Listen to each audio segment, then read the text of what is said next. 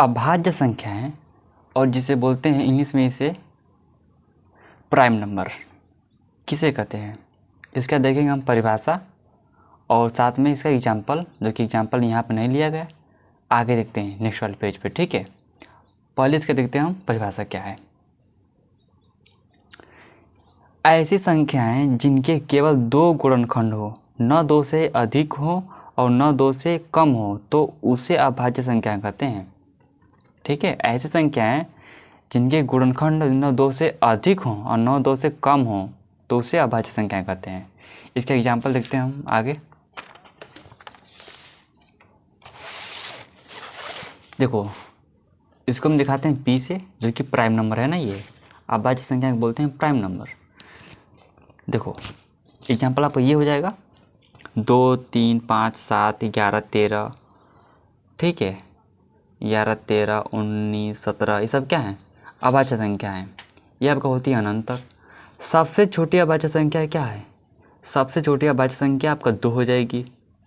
सबसे छोटी विषम अभाज्य संख्या क्या है, विषम, वो आपका हो जाएगा 3। क्यों, ये सबसे छोटी विषम अभाज्य संख्या है ना भाई ये। ठीक है, इसीलिए। और सबसे छोटी अभाज्य संख्या बोलेंगे तो 2 होगी। इस बात का आप गौर करना, ध्यान रखना। ठीक है, हाँ।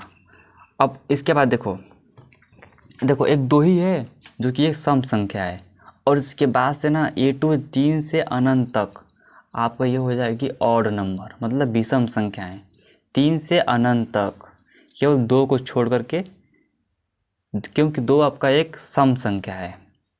ठीक है, सम, और एक अभाज्य भी है।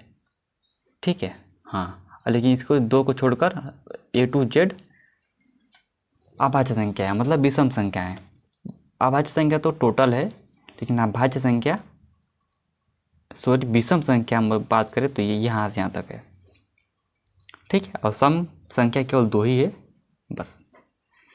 अब देखते हैं इसके बाद हम सबसे यहाँ तक हुई 1 से 50 तक अभाज्य संख्या कितनी होती हैं, वो होती हैं 15। ठीक है, देखो कौन कौन से होंगे यहाँ पर। देखो 2, 3, 5, 7, 11, 13, 17, 19, 23, 29, 31, 37, 41, 43, 47।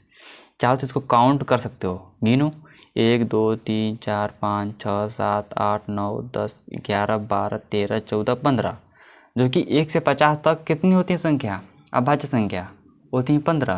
लेकिन बात की जाए अगर 50 से 100 तक कितनी होंगी अभाज्य संख्याएं, वो होंगी 10। ऐसा नहीं कि आप 15 ही बोल दो, 15 नहीं होंगी, 10 होंगी। ठीक है, हाँ, लेकिन कौन कौन से, ये अब देखो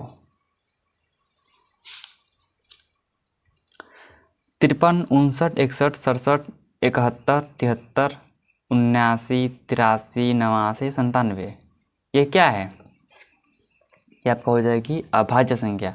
अभी हम आपको समझाएंगे एग्जाम्पल लेकर के कि अभाज्य संख्या, और मतलब अभी एग्जाम्पल लेके समझाएंगे। ठीक है, अभी टेंशन मत लो। तो 50 से 100 तक संख्या होती हैं अभाज्य 10 होती हैं, और 1 से 50 तक 15 होती हैं। कौन कौन सी, ये हो जाएंगी, और 10 कौन कौन से होंगे, तो ये आपका हो जाएगा A to Z। ठीक है, अब इसके बाद से थोड़ा देखते हैं एग्जाम्पल से समझते हैं। ठीक है, एग्जाम्पल फिलहाल आपका यही है। ठीक है, थोड़ा इसको देखते हैं कि परिभाषा हमने वो जो दिखाया था स्टार्टिंग में अभाज्य संख्या का, इसका मतलब क्या है। देखो जैसे 2 है, 2 का हम अगर हम करेंगे गुणनखंड, तो एक 2 होगा और एक 1 होगा, तो ये क्या है, न 2 से ज़्यादा हो न 2 से कम हो, यही ना है परिभाषा। यहाँ आप देखो, आप गुणनखंड हो न 2 से अधिक हो और न 2 से कम हो, तो उसे अभाज्य संख्या कहते हैं। ठीक है, आप इसका मतलब समझना। तो ये क्या है, अभाज्य संख्या हमारी ये सब होती हैं।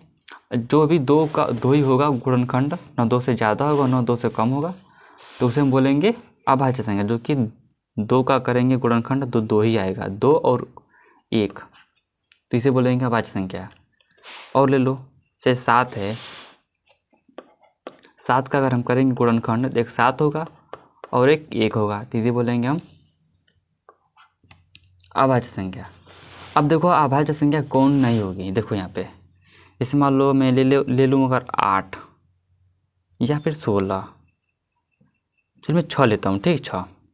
देखो 6 का करेंगे गुणनखंड तो क्या क्या आएगा, देखो यहाँ पे ध्यान से, 2 तिहाई 6, 2 भी काटेगा और 3 भी इसको काट देगा और साथ में 1 भी इसको काट देगा। 2 भी 2 तिहाई 6 होता है और 3 दूना भी 6 होता है और 1 छक्का 6 भी होता है। तो यहाँ पे कितने संख्या हो गए, 3 हो गया और ये खुद का 6 भी होता है, गुणा 6, ठीक है।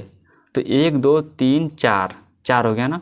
और परिभाषा में क्या लिखा गया है, न 2 से अधिक हो न 2 से ज़्यादा हो, तो उसे ही हम अभाज्य संख्या बोलते हैं, ठीक है। सिंपल बात होगी ना, जिसे हम बोलते हैं अभाज्य संख्या। लेकिन 1 की बात की जाए तो 1 हमारा न तो भाज्य होता है और न अभाज्य होता है, ये कुछ भी नहीं होता है, ठीक है। क्योंकि 1 का गुणनखंड सिर्फ 1 ही तो होगा, न ये भाज्य है और न अभाज्य है, ठीक है। तो बस अब मिलते हैं नेक्स्ट वीडियो में। अब देखते हैं नेक्स्ट वाली वीडियो में भाज्य किसे कहते हैं, ठीक है। चलो, थैंक यू।